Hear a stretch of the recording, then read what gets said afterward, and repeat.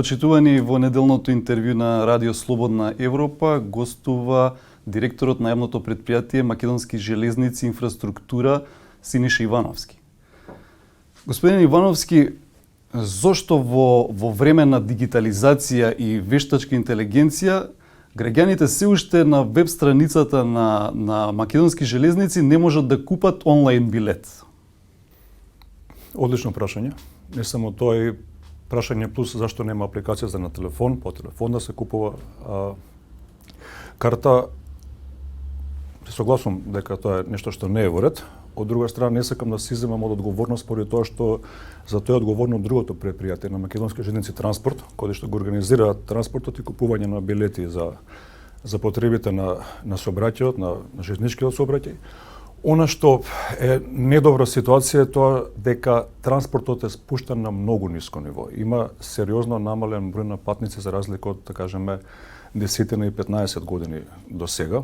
И ако ги бараме причините зашто има се помалку патници, препоставувам дека не ја препознаваат железницата, пругата како алтернативно решение, а за да препознае некој како алтернативно решение треба да има и соодветни услови. Прво треба да има удобност, комфор во неговото возење таму, треба да има безбедност, треба да има брзина и нормално да има некои дигитални технолошки алатки кои што го леснуваат начинот, например, на купување на билети.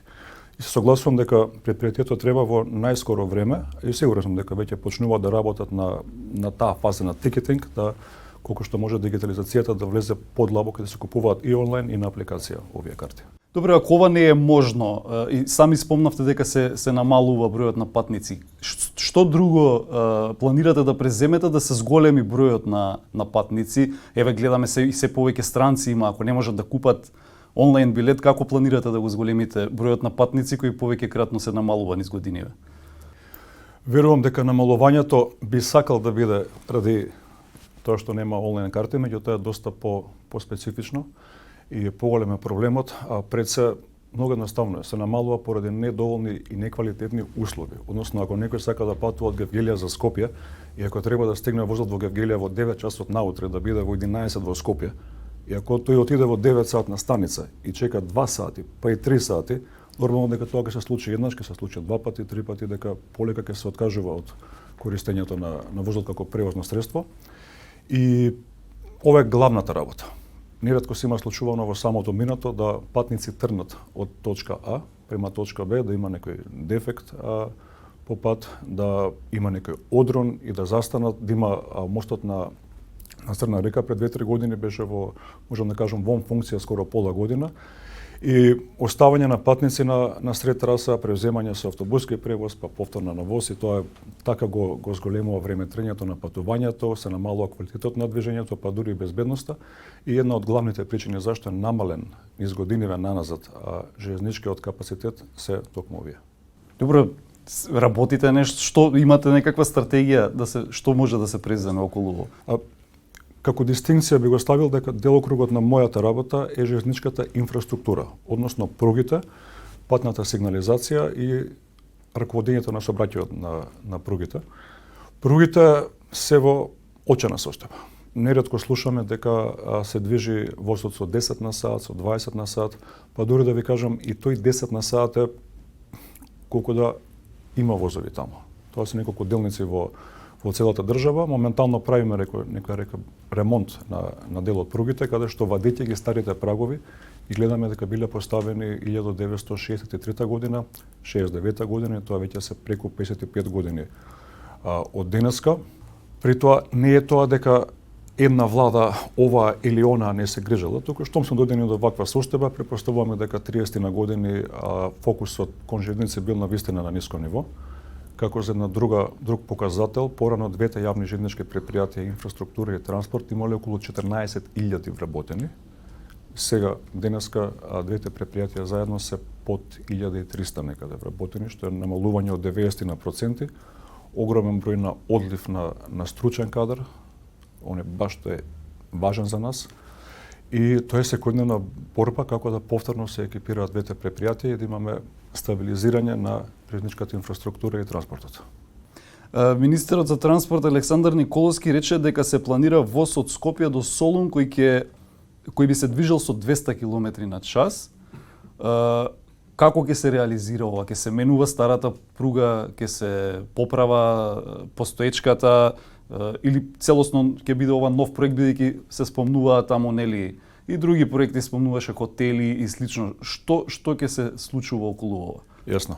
Во моментов пругата север-југ од Србија до Грција е едноколосечна, односно има една пруга. Планот е да има две пруги со две компоненти. Првата е да задржиме постоечката, меѓутоа мораме да исправаме каде што има големи кривини. Големи брзини од преку 120 на сат и 160 на час не може да бидат постигнати при кривини. Значи, во моментов се случуваат испитувања кои што Министерството за транспорт ги врши почна веќе од октомври да ги врши. Тие студии ќе покажат колку од оваа постоечка траса ќе ја задржиме, а се трудиме да биде максимално задржана, каде ќе има можности технолошки за исправување на самата траса, и втората компонента е колку што може поблиску, паралелно до постоечката траса да биде изградена втора траса.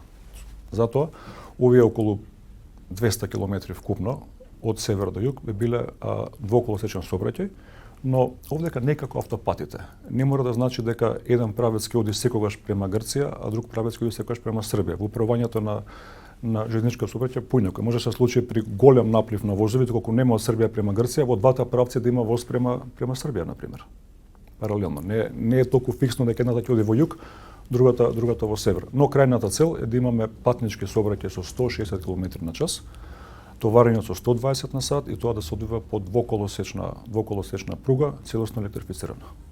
Добро, имате некои проекции колку би чинело ова и во кој временски период би се завршило? Вредноста на чинењето ја земавме од целиот регион, каде што во моментов се случува градба на таков вид на пруги. Предпоставката е дека, можам да кажам, некоја ориентационна сума, дека отприлика 1,9 милиарди евра би чинело целиот запад. Само север-југ? Север-југ. Постоечкава пруга. Да, нема да задржиме. Ќе задржиме само трасата. Ќе биде целосно изградбена нова, поради тоа што и самите параметри на пругата, која што сега е со максимални 100 км на час, и она од 160 на час воопшто не е исто по ниеден параметар. Така што 1,9 милиарди би требало да кошта отприлика максимално целата пруга изградба север-југ во двата правци, со електрификација и сигнализација. И во кој временски период? Се надеваме дека 5 години би било доволен рок да ова биде завршено од почетокот. Ги разгледувате тие моменти дека и некои делови на постоечката пруга се поред Вардар и доста комплицирано би било за да се изведе пруга на тие делови? Јасно. Токму во овој момент се прават и студиите, како физибилити студија за животна средина и останати студии кои што ќе кажат најдобро каде ќе биде трасата. Затоа велам дека ние се надеваме постоечката траса, пошто е веќе постоечка и веќе се запазени добар дел од параметрите, ќе биде прифатена со тие исправувања што предмалку ги спомнав, и паралелно колку што може повеќе да биде направена втората траса. И спомнавте 1,9 милиарди евра. Сметате ли дека ќе биде економски исплатливо да се вложи толкава сума во однос на поврат на тие средства потоа од тој проект? Ние во моментов како држава можам да кажам дека сме скоро на последно место во регионот по инфраструктура. Дали е патна, дали е железничка инфраструктура. Пристаништата во Грција бележат постојан континуиран пораст во нивниот обем, волумен на работа. Најбрзата траса на овие пристаништа на компаниите кои што вршат транспорт е преку Македонија. Најбрзиот и не само најбрзиот, по автоматизам значи најефикасниот. Што помалку километри поминуваат, толку помалку средства плаќаат. Тоа како не оди во прилог. Дали ќе има целосна повратна инвестиција, не можам точно да тврдам, тоа ќе покажат студиите, но од друга страна ретко кој инфраструктурен проект ги враќа парите назад. Тие се многу повеќе за зголемување на квалитет на самите граѓани во државата во која што живеат. Градскиот превоз, дали во Скопје, дали во било која голема метропола, дали е тоа автобускиот или железничкиот, најчесто е субвенциониран од државата. Од Скопје до Битола сега се патува за минимум 5 часа. Има ли планови за модернизација на оваа делница? Верувам дека е помалку од 5 часа, но верувам дека има и случаи каде што се патувало и повеќе од 5 часи, затоа се намалува обемот на сообраќајот низ години наназад. Не велам дека сега е перфектно, има делници кои што и тоа како им треба рехабилитација и ремонт да се направат, меѓутоа па истиов е дел од коридорот 10 кој што ќе се работи со британската компонента. И не би требало сега да инвестираме некаде, освен каде што не е премногу нужно за да го подобриме инфраструктурната состојба, да ја подобриме на самата пруга. Делницата кон Бугарија се гради, најавена е реконструкција на пругата до Кичево. Дали постојат планови за поврзување со Албанија? Со железничката мрежа со Албанија, бидејќи до Охрид веројатно нема да се оди со пруга. Јасно. Едно по едно во моментов се гради вториот дел од пругата према Бугарија. Тоа е од Куманово, од Белјаковце до Крива Паланка, со прогрес од отприлика 33%. Дали овој прогрес е на високо ниво, некако што очекуваме. Би требало да компанијата изведувач ја забрза својата динамика. Втората компонента е што веќе со ЕБРД работиме и добивме грант од 5,2 милиона евра за изработка на сите студии, физибилити, предфизибилити за основен идеен проект за целосен ремонт, реконструкција на пругата Скопје, Тетово, Гостивар до Кичево, електрификација. И оно што на крај го спомнавте е делот од Кичево према Албанија. Ние добивме грант од 1 милион евро од Европска унија да ги почнеме првичните разработки на овој проект. Има една комплицирана делница покрај Охридското езеро, која што е заштитено од УНЕСКО. И за тоа заедно работиме со Албанија. Ние сме водечка страна, за разлика од Бугарија што имавме, можам да кажеме, да не биде политички, технолошки, технички проблем, со албанската страна сме целосно во синхронизација за овој проект и тоа ако би се случило за најмалку 8-9 години од денеска, но тоа не значи дека треба да почнеме. Јас ќе почнам да го работам тоа, некој друг нека продолжи. Битно е до 2033-2034 се почне со работа на нова делница. Албанија, од друга страна, во моментов става акцент на градба према пругата кон Црна Гора, не према Македонија. Ние не градиме и према нив, меѓутоа, ајде овие следниот период да го посветиме заеднички на разработка на студиите, на основниот проект, па да почнеме да градиме за некои 8-9 години од денеска. Во моментов немаме меѓународни линии за патнички сообраќај. Кога планирате да почне да одат возови надвор од државава? За жал немаме, иако првиот воз е дојден од Солун во Скопје 1993 година, сега баш тој воз го нема, пред неколку години се укина возот према Белград. Другото јавно предпријатие Македонски железници транспорт би требало да има своја стратегија и акција како ова ќе го надмине и они веќе имаат некои планови за набавки на нови гарнитури на патнички локомотиви и верувам дека дел од тие ќе бидат наменети за меѓународниот сообраќај.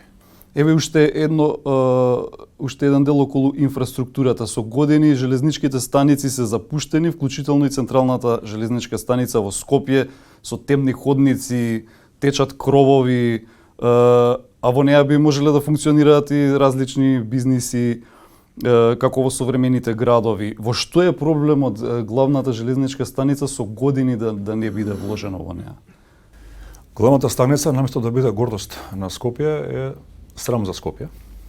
За да го надминеме тоа, инфраструктура железници заедно со градежниот факултет и архитектонскиот факултет во овој момент почнуваат со проектирање на основен проект за целосна реконструкција на нова станица и внатрешност и надворешност, со тоа што внатрешност ќе биде комплетно се ново, од